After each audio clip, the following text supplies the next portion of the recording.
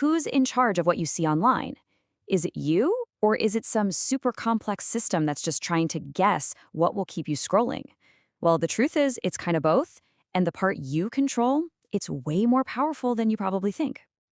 You see, we're not just passively sitting back and watching. No way. Every single time you click a link, like a photo, pause on a video for just a second longer, or type something into that search bar, you're sending a signal. You're giving an instruction.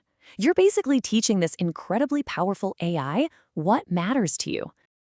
And that system, it learns fast. I mean, scary fast. It takes all those little instructions and reflects them right back at you. That's where all those recommended videos come from, the super specific ads, and sometimes even content that seems designed to poke at your opinions. It's this constant, nonstop feedback loop. Okay, so to really get a handle on this, we need a new way to think about it, a new mental model. So instead of thinking of your social feed as this big window looking out at the world, I want you to start thinking of it as your digital mirror. So how does this mirror work? Well, the feedback loop is actually pretty straightforward. It's just a simple 3-step dance that's happening 24/7. Step 1, you engage with something. You click, you search, you watch. Step 2, the AI analyzes every little thing you just did. And step 3, it reflects similar stuff right back at you, which, of course, gets you to engage more. Simple, powerful, and it is always on. And that right there is the whole idea behind the digital mirror. Your feed isn't neutral. It's not an objective newspaper. It's a mirror that shows you a reflection of all your digital actions, your curiosities, maybe even your anxieties. What you see in that mirror depends entirely on what you show it first. And this really gets to the core of our whole strategy today. Look, we can't just switch off the analysis. That's not going to happen. But what we can do, what we have total control over, is the quality of the data we give it in the first place. We control the input. All right, so if we're in charge of the input, how do we actually, steer? Well, that brings us to the really good stuff. 5 practical ways you can start steering your digital mirror. First things first, it's all about a mindset shift. Right now, are you a passive user, just kind of getting pulled along by whatever the algorithm throws at you? Or are you an active steerer, someone who consciously directs their own experience, curates their information, and filters out the junk to find real value? From here on out, we're choosing to be steerers. And here's the playbook. These are the 5 principles that'll get us there. We're going to focus on being intentional with what we feed the system, turning personalization into a powerful tool, and most importantly, protecting our own ability to think for ourselves, all while using this thing to our own advantage. Okay, principle 1. This is the bedrock. You have to actively train the algorithm. And it's a 2-part mission. First, you have to be intentional. Only engage with content that actually lines up with your real-world goals. The goals you set after reading actual books, talking to people you respect, and experiencing the world. And part 2 is just as crucial. You have to starve the noise. Just scroll right past the clickbait, the outrage, the distractions. Teach the system what you don't want by ignoring it. And when you do that, it leads right into principle 2. Because once you start feeding the algorithm high-quality stuff about your actual goals, its recommendations completely transform.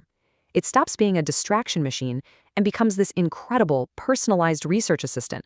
Seriously, if you're learning an instrument, it'll start digging up masterclasses. If you're into history, it'll find you lectures from experts you would never have found on your own.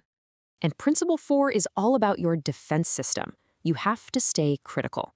Always keep a healthy bit of skepticism. So when some random piece of content pops up, just pause and ask yourself one simple question. Why am I seeing this?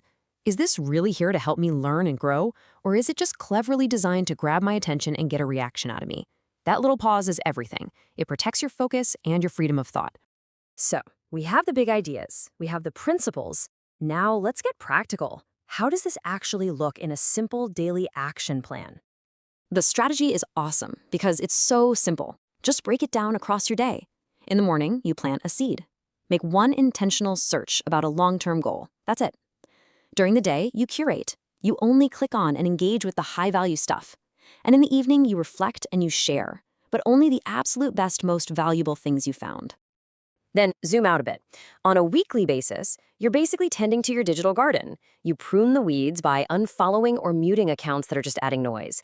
And then you reinforce the good stuff by actively finding and following 2 or 3 new, high-quality creators you want to see more from. It's this constant, gentle process of refining your space. And this This is where it gets really powerful, where it becomes about more than just you. By curating your own feed so carefully, you become a trusted filter for the people in your life. Instead of just forwarding the latest crazy thing you saw, you're sharing genuinely valuable knowledge. You're helping your family and friends navigate this wild digital world a little better. And that brings us to the end of our explainer today, and to one last really important thought to leave you with. The source material we're looking at uses this amazing metaphor. Think of our digital world as a wild, raging river of information. And if you just jump in without a plan, that current is going to pull you wherever it wants to go. You'll be totally at its mercy. But you don't have to just float along. By using these principles, you're not just avoiding the whirlpools and the dangerous currents. You're building a raft. You're learning how to use the paddle. You are learning to steer. You can consciously choose to direct your journey down this river, toward knowledge, toward growth, and toward something that actually benefits you and the people you care about. So in the end, it all comes back to this one idea. The algorithm is a mirror. It's just going to show you what you show it.